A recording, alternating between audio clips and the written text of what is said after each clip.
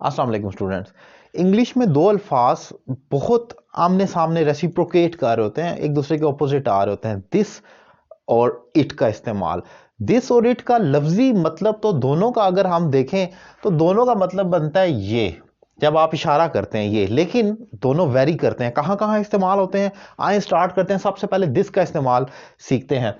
This को English की grammatical position के हिसाब से डेमोस्ट्रेटिव प्रोनाउन कहा जाता है। ये अपने नाउन या प्रोनाउन की तरफ इशारा करता है। जैसे दिस, दिस तब इस्तेमाल होता है, जैसा कि इसके नाम से पता लग रहा है, डेमोस्ट्रेट का मतलब ही ये है इशारा करना। तो दिस तब इस्तेमाल होगा जब आपने इशारा करना। जैसे दिस इज माई बुक, ये मेरे सामने बुक पड़ी हुई है और मैं हाथ से ऑलमोस्ट इशारा ना भी करूं, लेकिन कोई चीज जो फिजिकली मेरे सामने है, this is my book, this is my laptop, जो ऑलमोस्ट सामने ही होगा। दिस का मतलब ये कि वो सामने है। तो एक तो तब इस्तेमाल करना है जब कोई चीज आपके सामने और इशारा हो रहा है। देन किसी को इंट्रोडक्शन कराने के लिए, इंट्रोड्यूस करने के लिए, हत्ता के जानदारों को भी।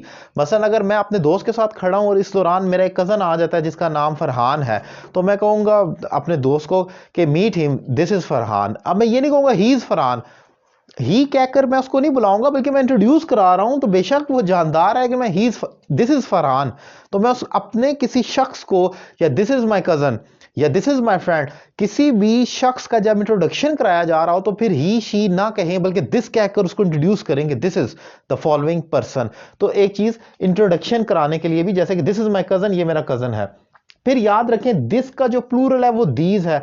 जैसे मेरे सामने एक किताब है तो दिस इज माई बुक, लेकिन अगर बुक्स ज्यादा हैं तो मैं कहूंगा दीज आर माई बुक्स, ये मेरी किताबें हैं। दिस का प्लूरल दीज हो जाएगा। तो इसको मैंने इसके सामने रखकर डिफाइन किया ताकि ये भी अगर कहीं आए तो आपको अंदाजा हो।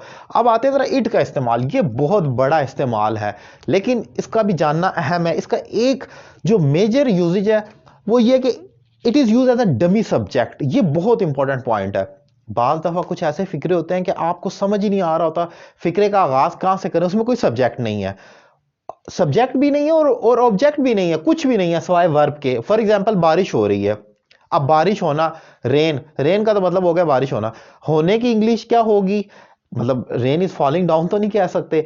तो ऐसे फिक्रे जिनमें आपको कोई सब्जेक्ट ही नहीं मिल रहा होता सिवाय वर्ब के, वहां पर एक डमी यानी कि जिस तरह आर्टिफिशियल सब्जेक्ट के तौर पर हम इट का इस्तेमाल करते हैं। जैसे बारिश हो रही है, इट इज रेनिंग, कोई और सब्जेक्ट ही नहीं था, तो मैं इट को as a dummy subject introduce करता हूं और मैं कहता हूं, जैसे मैं कहता हूं 7 बज गए, इट इज 7 o'clock। अब फिक्रे में कोई टाइम के लिए कुछ है ही नहीं डिफाइन किया, गर्मी है तो मैं कहूंगा इट इज हॉट टुडे। अब अगर मैंने कहना है कि आज गर्मी है तो इसके लिए मैं टुडे इज हॉट कहता हूं, तो इसका मतलब है कि आज गर्म है। नहीं, मैं तो कह रहा हूं आज गर्मी है। जब फिक्रे में कोई सब्जेक्ट नहीं है तो मैं ये उसको पूरा करने के लिए इट इज हॉट टुडे कह दूंगा। तो इट का इस्तेमाल खास तौर पर मौसम और टाइम के लिए इट का इस्तेमाल होता है। It is 7 o'clock, it is raining. फिर हम इट का तब इस्तेमाल करेंगे, एक बहुत ही मोस्ट इंपॉर्टेंट पॉइंट इन दोनों के सामने, दिस और इट का। दिस का इस्तेमाल तब करना है कोई चीज जब फिजिकली आपके सामने है, दिस इज माई लैपटॉप।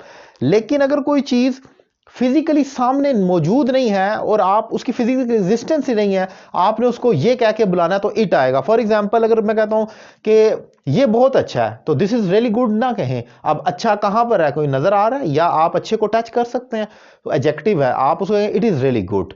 कोई चीज जो फिजिकली मौजूद नहीं है, इसी तरीके से अब मैं कहता हूं इट इज योर प्रॉब्लम, ये आपका मसला है। क्या मैं प्रॉब्लम को टच कर सकता हूं, देख सकता हूं, इशारा कर सकता हूं? नहीं।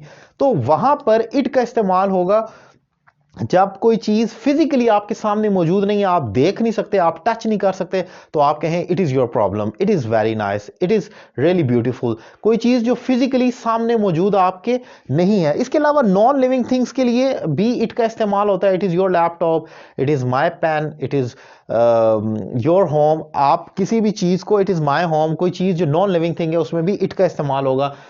फिर इसमें एक पॉइंट और भी याद रखें, एनिमल्स और कंट्रीज के साथ भी इट का इस्तेमाल होता है। एनिमल्स के साथ आप इट का इस्तेमाल करते हैं as a pronoun, there was a crow, it was thirsty. लेकिन आप उसी इट को ही या शी भी कह सकते हैं। याद रखें जानवरों के साथ, अगर कोई जानवर आपका अपना पाला हुआ है तो आप उसको ही या शी कह के बुलाएंगे, लेकिन अगर वो अननोन है तो उसके साथ इट का इस्तेमाल होगा। डॉग है, पैरट है, कोई भी चीज है।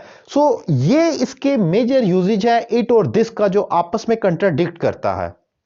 आज मैंने डिफाइन किया है दिस और इट का इस्तेमाल। मैं समझता हूं कि ये लेक्चर आपको इन 2 पॉइंट्स को समझने में बहुत ज़्यादा हेल्प कर सकता है। अगर आप ज़्यादा नहीं तो कम से कम ये 3-4 पॉइंट्स मैंने आमने सामने लिखे हैं, इनको ही क्रैम कर लें।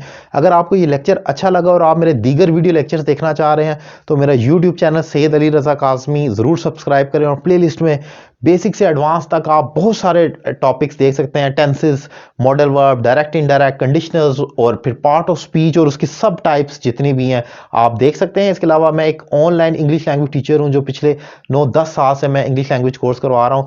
दुनिया के बहुत सारे मकामात पर और फिर पाकिस्तान के बहुत सारे शहरों से हमारे पास स्टूडेंट्स पढ़ रहे हैं। अगर आप भी घर बैठे इंग्लिश लैंग्वेज कोर्स करना चाह रहे हैं तो नंबर आपकी स्क्रीन पर मौजूद है। एक रीजनेबल फी पे कर 1-to-1 यानी आप अकेले मुझसे 1-to-1 क्लास ले सकते हैं और घर बैठे अपनी इंग्लिश में ज़बरदस्त इंप्रूवमेंट ला सकते हैं। नंबर आपकी स्क्रीन पर मौजूद है, आज ही कॉल करें और कोर्स का आगाज़ करें। Thank you very much.